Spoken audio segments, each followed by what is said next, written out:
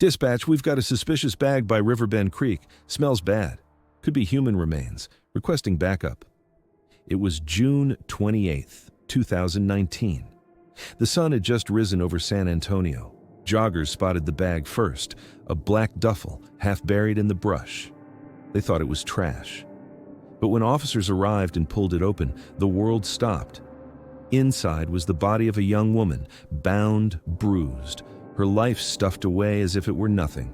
Her name was Rachel Alvarez, 24 years old, a daughter, a sister, a woman with dreams that would never be realized.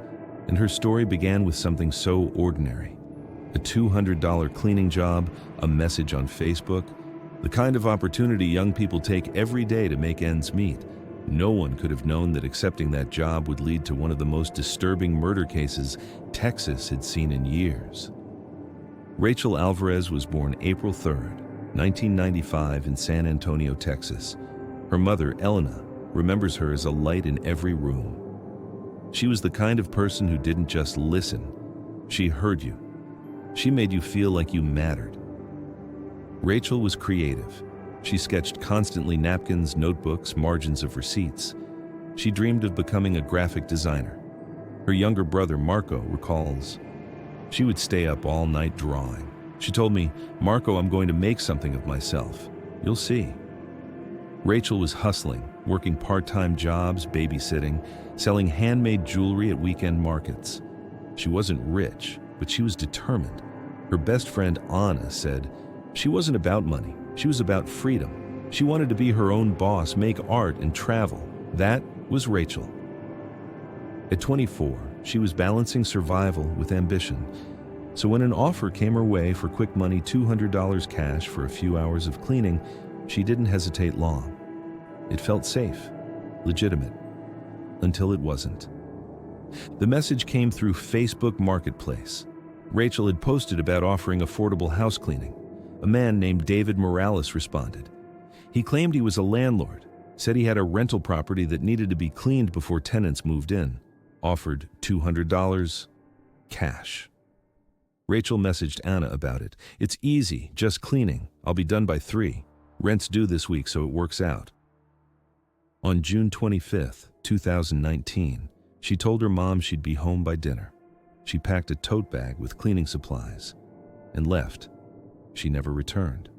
The house Morales sent her to was on the city's south side, not in great shape. Neighbors later described it as half abandoned. Around 11:30 a.m., neighbors saw Rachel arrive. She carried cleaning supplies. Morales greeted her at the door. One neighbor recalled, "She seemed cheerful, like she was there to work. But the man, he looked nervous. He kept glancing up and down the street." That was the last time Rachel was seen alive. Detectives later pieced it together. Rachel walked inside. Within minutes, Morales attacked. She was bound with duct tape, strangled. Evidence showed a violent struggle, a chair overturned, Rachel's fingernails broken, DNA under the Moraleses. By 2 p.m., she was dead. Morales wrapped her in plastic, shoved her into a black duffel bag. Security cameras caught him loading the bag into his car. Grainy footage, but enough to trace later. He drove toward Riverbend Creek, dumped the bag in the brush, and walked away. 3 days later, June 28th, joggers noticed the smell, the weight of the bag when one of them nudged it with a shoe. They called 911. The responding officer unzipped it. Inside was Rachel. Elena, her mother, was brought to identify her. "I knew it was her. I saw her shoes, the same ones she wore every day. I prayed it wasn't her, but I knew." News broke quickly. Body of young woman found in duffel bag along Riverbend Creek. But to the Alvarez family, she wasn't a headline. She was Rachel. Detectives started with her phone records. The last messages were with David Morales. They traced him in days. On July 2nd, 2019, police raided his apartment. What they found was chilling.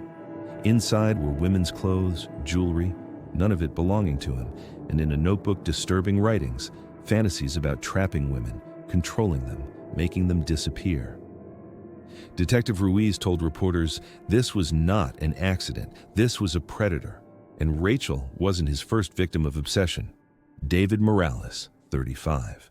a man with a long, unsettling history. In 2015, he was accused of stalking an ex-girlfriend. She filed a police report, but no charges stuck. In 2017, another woman filed a restraining order. She said Morales would follow her home from work, leave notes on her car. Again, no serious consequences. Morales also had a record of petty theft, trespassing, but nothing that ever kept him behind bars for long. Rachel's death changed that. The trial began in March 2021 in Bexar County. Prosecutors laid out the evidence: Rachel's phone records, DNA under her fingernails, the surveillance footage. They described Morales as a man who hunted vulnerable women, who lured Rachel with the promise of money, and killed her when she stepped through the door. The defense argued panic, that it wasn't premeditated, that Morales lost control, but jurors didn't believe it.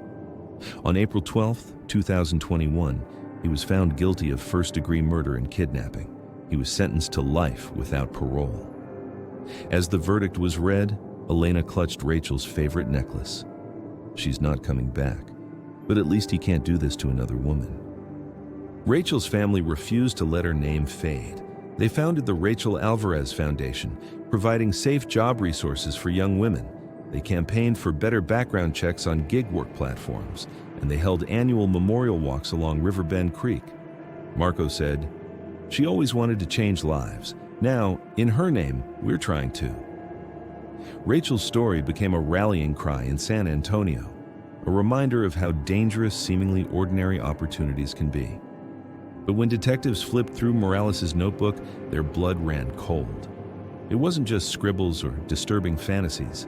It was lists, names, dates, addresses, and one detail made investigators stop in their tracks. One of those names belonged to a woman who had vanished years earlier, a disappearance that was still unsolved, which meant Rachel Alvarez's murder might not have been the beginning. It might have been part of a pattern stretching back years. The name was Vanessa Cruz, 23 years old, last seen in 2017 leaving a late shift at a downtown diner. She walked out to her car. She never made it home.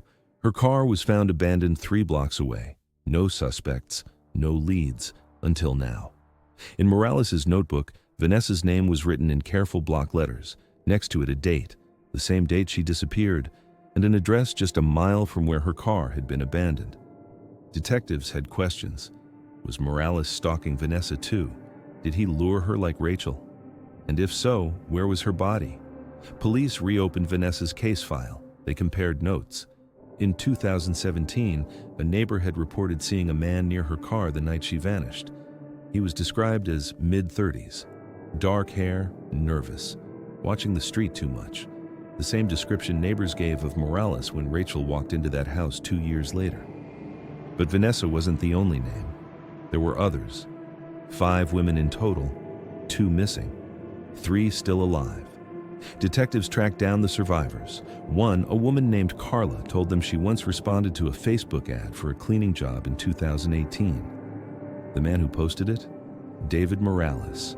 She said, "He wanted me to come alone, kept insisting it had to be cash, no paperwork. I got a weird feeling and backed out.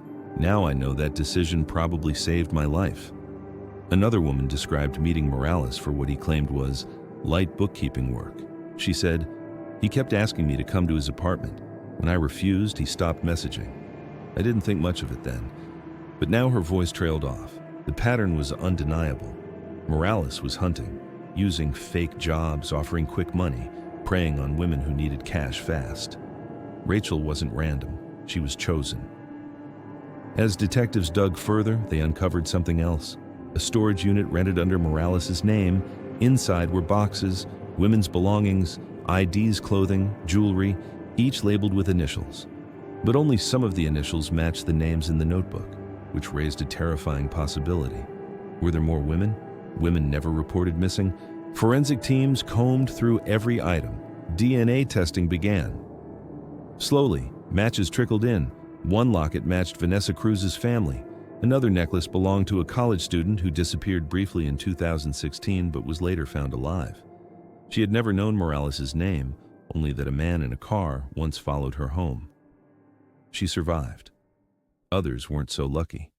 Detective Ruiz said quietly during a press conference, "We believe Rachel's murder has opened the door to a broader series of crimes that may span years." Meanwhile, the Alvarez family sat through every briefing. Elena asked again and again, if they had stopped him earlier, would Rachel still be here? The silence in the room said everything, but then came a new lead. A receipt found in the storage unit, dated April 2017, for duct tape, rope, cleaning supplies. The store was only 2 blocks from where Vanessa Cruz vanished. Surveillance footage from that day showed Morales at the counter, buying it all. Prosecutors considered adding charges for Vanessa's disappearance, but there was a problem. No definitive proof she was dead. They had circumstantial evidence, they had the notebook, they had belongings, but without Vanessa herself, it wasn't enough for a murder charge. Not yet. So detectives went back to the creek. They expanded the search. Drones, dogs, excavations. They combed the areas near where Rachel's body was found. For days, nothing.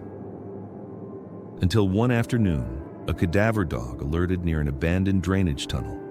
When they dug, they found fragments of fabric, a shoe, bone fragments too degraded for immediate ID.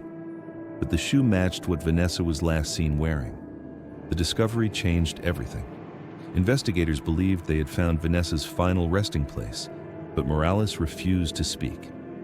In interrogations, he sat silent, smiled occasionally. When asked directly about Rachel, he said only one thing: she shouldn't have trusted me. And then came a twist no one expected. DNA from one of the necklaces in Morales' storage unit matched a case from out of state. A missing woman from Oklahoma. Disappeared in 2014, never connected to Morales before. Her name wasn't even in his notebook, which meant 2 things. Either the notebook wasn't complete, or Morales wasn't acting alone. Detectives began to suspect the latter. Some of the items in the unit had purchase receipts under a second name. A man who had once rented property with Morales, a man who lived just miles from Riverbend Creek. And his record showed chilling overlaps with disappearances in other states, which meant Rachel's murder may have just been one piece of a much bigger puzzle. If you were moved by Rachel's story, share your thoughts in the comments. Like this video so her story reaches more people, and subscribe to Evidence Uncovered, because in Part 2, we'll uncover what else was hidden in David Morales' notebook. And the chilling question it raises, was Rachel the only victim, or just the one we finally found?